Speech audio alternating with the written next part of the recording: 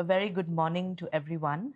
The topic given to me today is creating societal leaders for a new era, education through human excellence. And I'd like to deal with this in two parts. Very quickly, the first part, I'd like to talk about making education itself sustainable. And on the other side, education for sustainability. And the very important connect between the two is how we look at education itself, the outcome of it. Is it merely for money making? Are we trying to put the horse before the cart? Now, let's look at this slide, which talks about the robust demand, the large opportunity, and the powerful engine that we in India have as the youth bulge. It is said India is expected to take over in terms of population as the number one country in the world in the next few years. We have innumerable challenges. Yes, the government is doing much to ensure that education reaches every single child. It is imperative that the right education and the right skills are imparted. And how is it that we can convert our youth into valuable human resource? When we look at the education system in India, we have the preschool, we have the primary, we have the middle school, we've got the secondary, the higher secondary, and the higher education. India has almost 1.5 million schools. But if we look at some of the statistics, in fact, there was a study recently by Niti Aayog and Boston Consulting Group, which says India suffers from the twin challenges of unviable subscale schools and also the lack of teachers. Because of this, what happens is whatever in school interventions are done, they're not very successful. The other problem which is there is that teachers are themselves not knowledgeable enough. And there is also this whole problem of teachers who are not distributed evenly. In fact, the study goes in depth to talk about all of these issues and how these issues must first be addressed.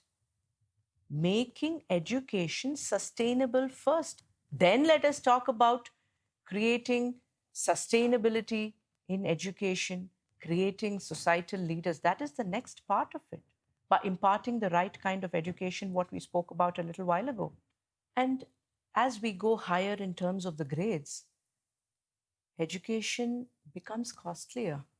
We need to relook at the way we are imparting education to the future of this world. Education cannot be commoditized.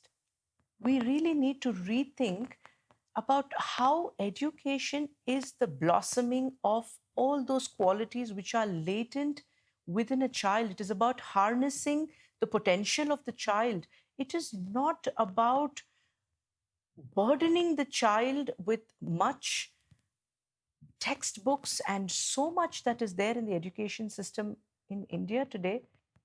If we look at the new national education policy, it is very encouraging. So many new reforms, wonderful thoughts have been included as part of this policy, including human values. In fact, the five human values of truth, righteousness, peace, love, non-violence has been included for the very first time. That the fundamental for a child's education or to a child's education has to be deeply embedded in these human values.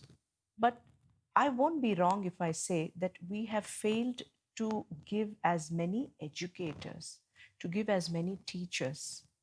If the teachers are not there, if these educators are not there, how are we going to educate our children?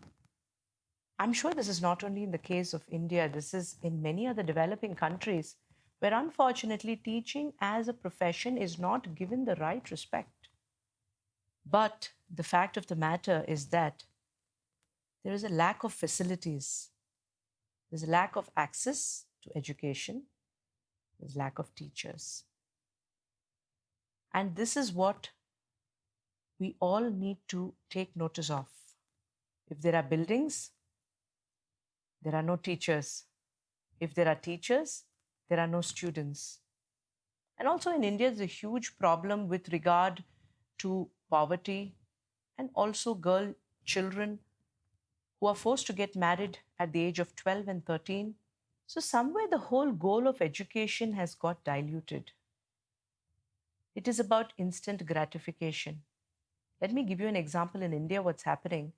The banks and many financial institutions are offering Insta loans to students as low as 600 rupees or 500 rupees, which is possibly 5 or 6 US dollars.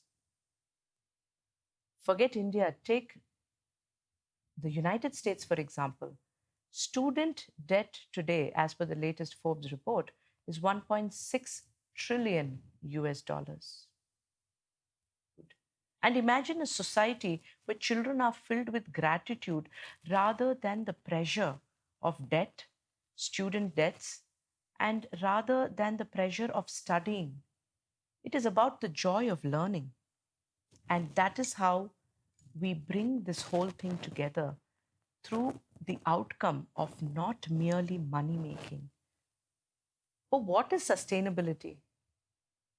Is it about how corporates define sustainability? Is it to say that we make more profits so we are sustainable? In reality, sustainability means take less and give more. You are profitable as a corporate, you earn more money, your bottom line increases, and then what happens? You grow, you expand. But what happens when one of the resources deplete? Of course, you're not going to be sustainable. It is about how to change the mindset to the goal of education, from money making education to society and nation building education. Because today we are all in it, we are all part of it, and this pandemic has taught all of us that. We are not isolated. We can't anymore call ourselves as citizens of this country or that country. We are all interconnected. So, therefore, the future of our children globally is also interconnected. So, what are we doing as an institution? We have decommoditized education. We are giving education absolutely free of cost.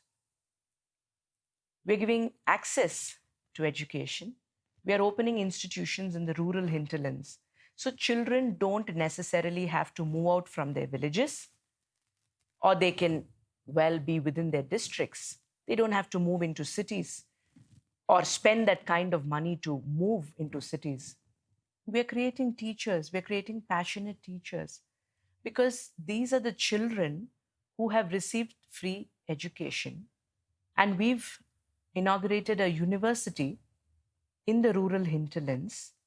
Despite all odds from their families, they stand up with courage because we are behind them and they continue their education and they want to give back. And the way they want to give back is join the institution and to improve the lives of others who continuously are joining this institution from the rural hinterlands.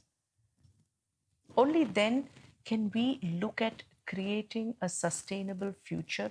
And these children who receive this gift of education are filled with gratitude. So we are creating students and individuals with competent hands, constructive heads, and most importantly, compassionate hearts. They have to be sensitive towards one another.